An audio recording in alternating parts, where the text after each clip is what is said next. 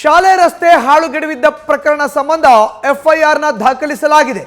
News first ವರದಿ ಬೆನ್ನಲ್ಲೇ ಕ್ರಮಕ್ಕೆ ಮುಂದಾಗಿದ್ದಾರೆ ಪೊಲೀಸರು. ಶಾಲೆಯ ರಸ್ತೆಯನ್ನ ಹಾಳುಗೆಡವಿದ್ದಂತಹ ಪ್ರಕರಣ ಸಂಬಂಧ ಈಗ ಎಫ್ಐಆರ್ ದಾಖಲಾಗಿದೆ. ನ್ಯೂಸ್ ಫಸ್ಟ್ ವರದಿ ಬೆನ್ನಲ್ಲೇ ಕ್ರಮಕ್ಕೆ ಮುಂದಾಗಿದ್ದಾರೆ ಪೊಲೀಸರು. ವರ್ತೂರು ಪೊಲೀಸರಿಂದ ಇಬ್ಬರ ವಿರುದ್ಧ ಎಫ್ಐಆರ್ ದಾಖಲಾಗಿದೆ. ಧರ್ಮೇಂದ್ರ ಕುಮಾರ್ ಶರ್ಮಾ ಮತ್ತು ಕೃಷ್ಣಪ್ಪರ ವಿರುದ್ಧ ಎಫ್ಐಆರ್ನ ದಾಖಲಿಸಲಾಗಿದೆ.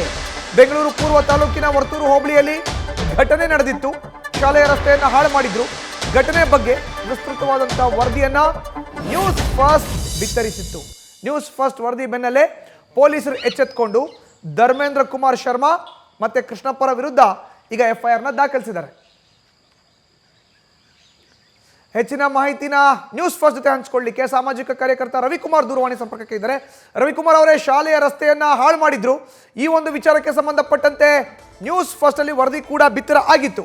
ಈಗ ಪೊಲೀಸರು ಎಫ್ಐಆರ್ನ ದಾಖಲಿಸಿದ್ದಾರೆ. ರವಿಕುಮಾರ್, ಸರ್ ಈಗ ಅದು ಎಫ್ಐಆರ್ ಮಾಡಿರೋದು ವರ್ತೂರು ಸ್ಟೇಷನ್ ಅಲ್ಲಿ ಎಫ್ಐಆರ್ ಆಗಿದೆ.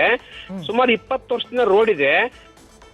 ಸುಮಾರು ಒಂದು 4-5 ಹಳ್ಳಿಗೆ ಅದು ಮೇನ್ ರೋಡ್. ಅದು ಮತ್ತೆ BBMP ಅಕ್ವಿಷನ್ ಆಗಿದೆ ಜಮೀನು, ಅಂದ್ರೆ ಪರಿಹಾರ ಕೊಟ್ಟಿದ್ದಾರೆ.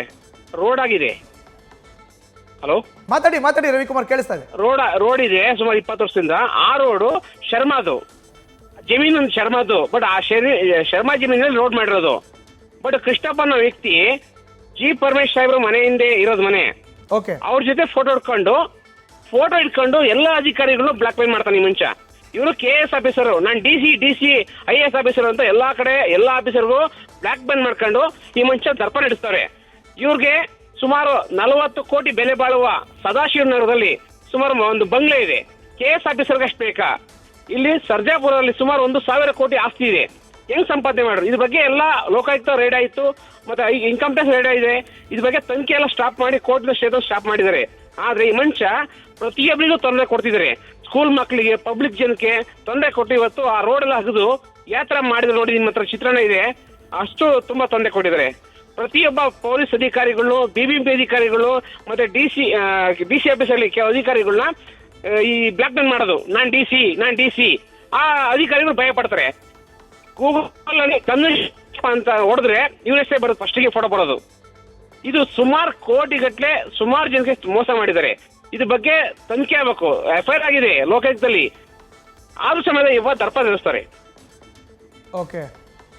ಓಕೆ, ಧನ್ಯವಾದಗಳು ರವಿಕುಮಾರ್ ಅವರೇ ನ್ಯೂಸ್ ಫಸ್ಟ್ ಜೊತೆ ಮಾತನಾಡಲಿಕ್ಕೆ. ನ್ಯೂಸ್ ಫಸ್ಟ್ ನಿರ್ಭೀತಿಯಿಂದ ನಿಮ್ಮ ಪರವಾಗಿ.